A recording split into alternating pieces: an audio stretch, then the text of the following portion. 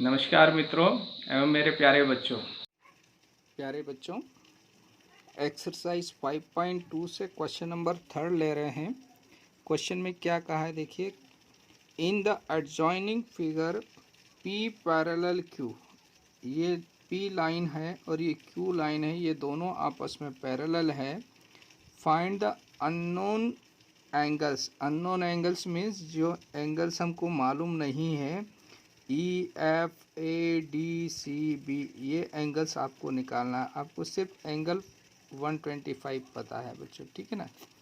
तो अगर हम इनको नाम दे दे तो हमारे लिए थोड़ा सुविधा हो जाएगा बच्चों। जैसे एंगल 1 नाम दे दिया, इसको मैंने 2 दे दिया, 3 4 5 6।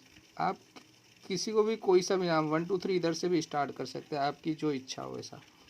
तो यहाँ से अगर हम देखते हैं बच्चों, ये 125 मालूम है, तो इससे हम कौन सा एंगल निकाल सकते हैं सबसे पहले। तो देखिए, ये एंगल 1 और 2 लीनियर पेयर बना रहे हैं दोनों मिलकर, तो ये 180 हो जाएगा बच्चों। 180 तो एंगल ई मालूम हो जाएगा, है ना। 180 में से 125 हम माइनस कर देंगे तो हमारे पास एंगल ई मालूम हो जाएगा, ये आ जाएगा 55 आपका, है ना। 125 180 में से तो ये 55, तो एंगल एफ भी 55 हो जाएगा। क्यों हो जाएगा, ये 1 और 3 वर्टिकली अपोजिट एंगल हो जाएंगे। तो एफ भी 55 हो गया, ई भी देखिए ई 55 है तो ए 55 हो जाएगा। ये दोनों करस्पॉन्डिंग एंगल, चूंकि ये दोनों लाइन पैरेलल है तो करस्पॉन्डिंग एंगल इक्वल होते हैं। तो एंगल कौन बराबर हो गया, 1 और 4 इक्वल हो गया, यानी ई इज इक्वल टू ए, यानी ये 55 तो ये 55 आ गया। ऐसे ही डी कितना हो जाएगा, 125 हो जाएगा, क्योंकि ये दोनों लाइन पैरेलल है तो डी का मान 125 हो गया, ठीक है ना। अब ए 55 है और यहाँ से ई और एफ वर्टिकली अपोजिट एंगल, तो एफ भी मालूम हो गया हमको, ए भी मालूम हो गया, डी 125 हो गया, डी 125 तो बी 125 वर्टिकली अपोजिट एंगल, ए 55 तो सी 55 वर्टिकली अपोजिट एंगल। तो इस प्रकार से हमारे सारे एंगल आ गए। अब एक एक करके एंगल निकालते हैं। तो हम सबसे पहले, चाहे तो आप क्या कर लीजिए, इधर से 125 से डी को लिख दीजिए, या पहले यहाँ से शुरू करते हैं 1 बाय 1। तो हमने लिया बाय लीनियर पेयर, क्या लिख रहे हैं बच्चों, by linear pair. Linear pair से कौन से angle, angle 1 plus angle 2 is equal to 180 degree. So this implies angle 2 जो है, एंगल 1 को हमने नाम दे दिया ई, एंगल 2 का ना वैल्यू है 125 डिग्री इक्वल टू 180। तो दिस इम्प्लाइज यहाँ से हमको मिल गया angle E is equal to 180 minus 125, और इसको माइनस किया तो 55 डिग्री। तो ये एंगल ई का वैल्यू आ गया। किसका वैल्यू आ गया बच्चों, दिस इम्प्लाइज, यहाँ लिख देता हूँ मैं, है ना, this implies E is equal to 55 degree. एक एंगल आपको मिल गया, अननोन एंगल, ठीक है। अब ई 55 है तो एफ भी 55 हो जाएगा, है ना, बाय वर्टिकली अपोजिट एंगल, है ना। तो वर्टिकली अपोजिट एंगल से क्या बराबर हो जाएगा, E is equal to F. So this implies E का मान है 55 डिग्री, तो एफ भी कितना हो गया, 55 डिग्री। तो ये सेकंड एंगल मालूम हो गया बच्चों, एफ आपको। फिर आगे बढ़ जाते हैं बच्चों हम। नेक्स्ट उसने पूछा है,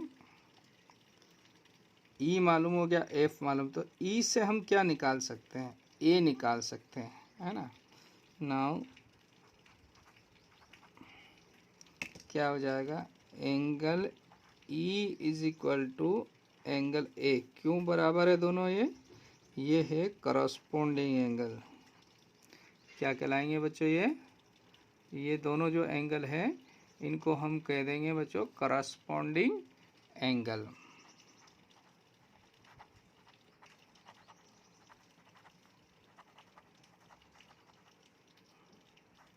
तो ई का वैल्यू कितना है बच्चों, ई आया आपका 55,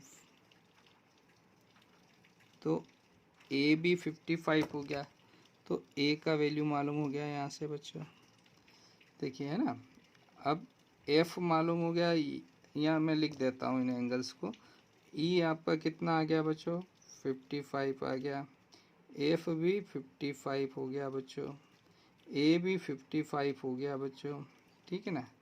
अब डी चाहिए आपको, तो डी और एंगल 2 और एंगल 7 बराबर है ना, तो हम यहाँ लिख देंगे ये भी एंगल 2 और 7 भी क्या है, करस्पॉन्डिंग एंगल।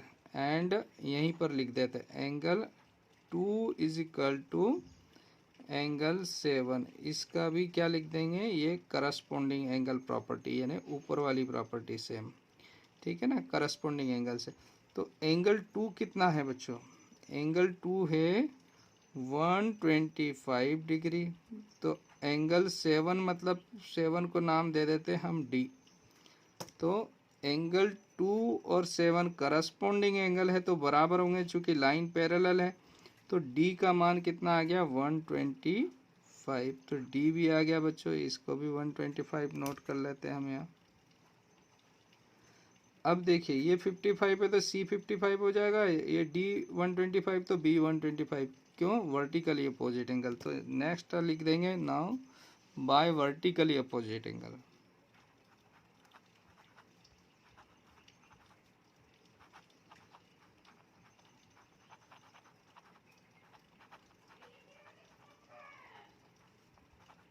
Vertically opposite. अच्छा बच्चों, इसके अलावा आप दूसरे तरीके से यानी अल्टरनेट इंटीरियर एंगल प्रॉपर्टी भी यूज़ कर सकते हैं। तो अलग अलग तरीके से आप इनको सॉल्व कर सकते हैं, उसमें कोई आपको समस्या नहीं आएगी, ठीक है।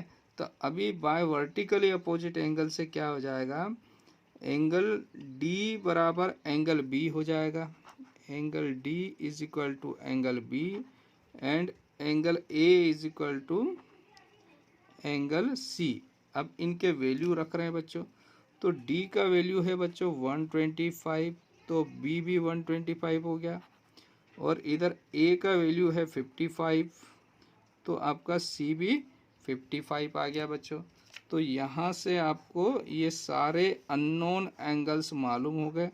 चाहे तो इनको आप अलग से लिख दीजिए, तो हैंस करके हम यहाँ लिख देते हैं, या थस क्या लिख देंगे, thus angle A is equal to आपको मिला है, angle A is equal to 55 degree, angle B is equal to 125 degree, angle C is equal to 55 degree, angle D is equal to 125 degree, angle E is equal to 55 degree and angle F is equal to 55 degree. ये आपके required answer हो गए बच्चों, ये क्या हो गए, आपके आंसर हो गए। तो यह आपका क्वेश्चन कंप्लीट हो गया बच्चों, है ना। इस वीडियो को एक बार और रिवाइज कर लेना, आपको पूरा समझ में आ जाएगा। Okay, thank you, have a nice day. प्यारे बच्चों, 5.2 से क्वेश्चन नंबर 4 में आते हैं। Find the value of x in each of the following figure in L if L parallel M, यानी दो लाइन एल और एम पैरेलल है तो आपको x का वैल्यू निकालना है। बहुत आसान क्वेश्चन है बच्चों। देखिए हमने इनको नाम 1 2 3 दे दिए, तो एंगल 1 और 2 आपस में क्या होंगे बच्चों, इक्वल होंगे। क्यों होंगे, ये लाइन और ये लाइन कौन सी, टी और एल आपस में इंटरसेक्ट कर रही है, तो एंगल 1 और 2 वर्टिकली अपोजिट एंगल हुए, तो एंगल 2 कितना हो जाएगा, 110 हो जाएगा आपका। और ये एंगल 2 और 3 दोनों एल और एम पैरेलल है, तो ये ट्रांसवर्सल लाइन के सेम साइड के एंगल, जिनको हम को इंटीरियर एंगल भी बोलते हैं, तो को इंटीरियर एंगल का सम कितना होता है, 180 डिग्री। तो यहाँ पर एक्स का वैल्यू हमको 70 डिग्री मिल जाएगा बच्चों। अब इसको हम सॉल्व करते हैं। तो यहाँ पर हमने क्या लिख लिया बच्चों, कि दिया क्या है आपको, एल पैरेलल एम है, सो क्या हो जाएगा, एंड एंगल 1 बराबर एंगल 2, ठीक है। ये कौन सी प्रॉपर्टी से आया, बाय वर्टिकली अपोजिट एंगल्स, है ना, मैंने शॉर्ट फॉर्म में लिख दिया, आप समझ लेना, ठीक है ना। तो एंगल 1 और 2 बराबर हुए। एंगल 1 का मान है बच्चों 110 डिग्री, तो एंगल 2 भी क्या हो गया 110 डिग्री। तो एंगल 2 मिल गया बच्चों यहाँ से। अब यहाँ लिखेंगे हम नाउ, क्या हो जाएगा now, angle 2 plus 3, angle 2 plus angle 3 is equal to 180 degree. और कौन सी प्रॉपर्टी यूज करी आपने, बाय को इंटीरियर एंगल्स, है ना, को इंटीरियर एंगल्स का सम 180 डिग्री होगा, क्योंकि लाइन पैरेलल है। तो एंगल 2 आपके पास 110 है बच्चों। एंगल 3 का वैल्यू अगले में रख देंगे, चलिए कोई बात नहीं, 180। तो दिस इम्प्लाइज एंगल 3 मतलब है x, और यहाँ से हो गया आपका 180 माइनस 110, तो आपको कितना मिल गया बच्चों 70 डिग्री। तो दिस इम्प्लाइज यहाँ से आपको x का वैल्यू मिल गया, कितना आ गया, x is equal to 70 degree.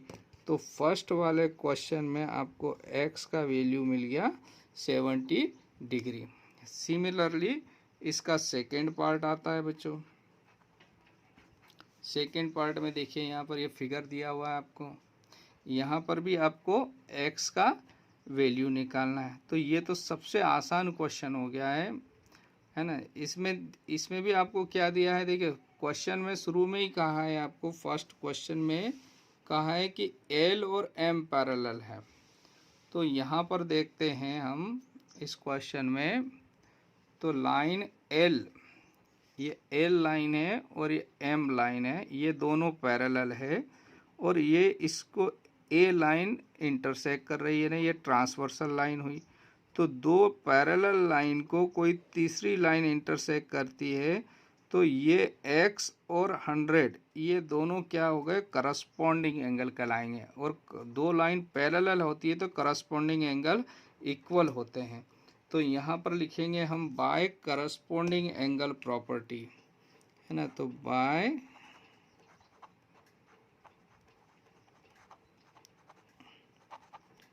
Corresponding angles property, corresponding angle property से क्या हो जाएगा, एंगल x बराबर 100। तो ये आपका आंसर आ गया इसमें। तो सेकंड में क्या हो जाएगा, एंगल x बराबर 100, ये सेकंड का आंसर मिल गया आपको।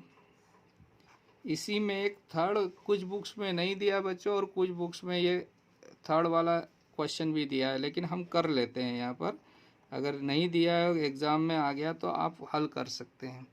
यहाँ पर भी आपको क्या दिया है, L पैरेलल M है बच्चों, दो लाइन पैरेलल है, और आपको ये निकालना है x का वैल्यू निकालना है। तो दो लाइन पैरेलल हो और ये ट्रांसवर्सल लाइन है T, तो ये एंगल x और 2x, यानी इसको नाम दे देता हूँ 1 और 2। तो एंगल 1 और 2 को इंटीरियर एंगल कहलाते हैं, है ना। ये ट्रांसवर्सल लाइन के सेम साइड के एंगल का सम अगर लाइन पैरेलल है L और M तो 180 डिग्री होगा। तो हम यहाँ लिखेंगे by co interior angles property.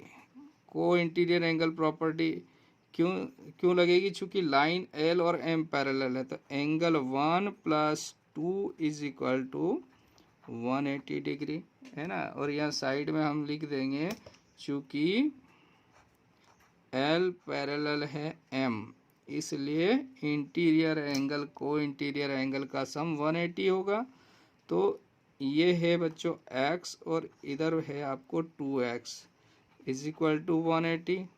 तो दिस इम्प्लाइज यहाँ से आपको मिला 3x is equal to 180 degree बच्चों।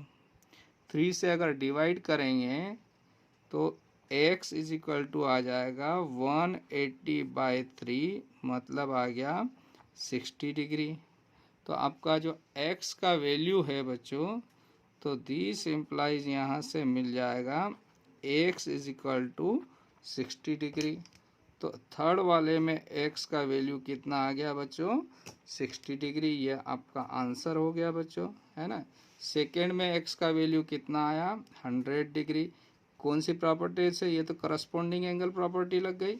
और थर्ड वाले में आपको x का वैल्यू मिला 70 डिग्री। तो यहाँ पर ये क्वेश्चन नंबर आपका 4 कंप्लीट होता है बच्चों। आपको समझ में आया होगा। अगर आपको कहीं डाउट लगता है तो इसको एक बार फिर से क्या कर लेंगे, वीडियो को रिवाइज कर लेना। और आपको अगर वीडियो अच्छा लगता है तो अपने दोस्तों को ज़रूर शेयर करिएगा। Okay, thank you, have a nice day.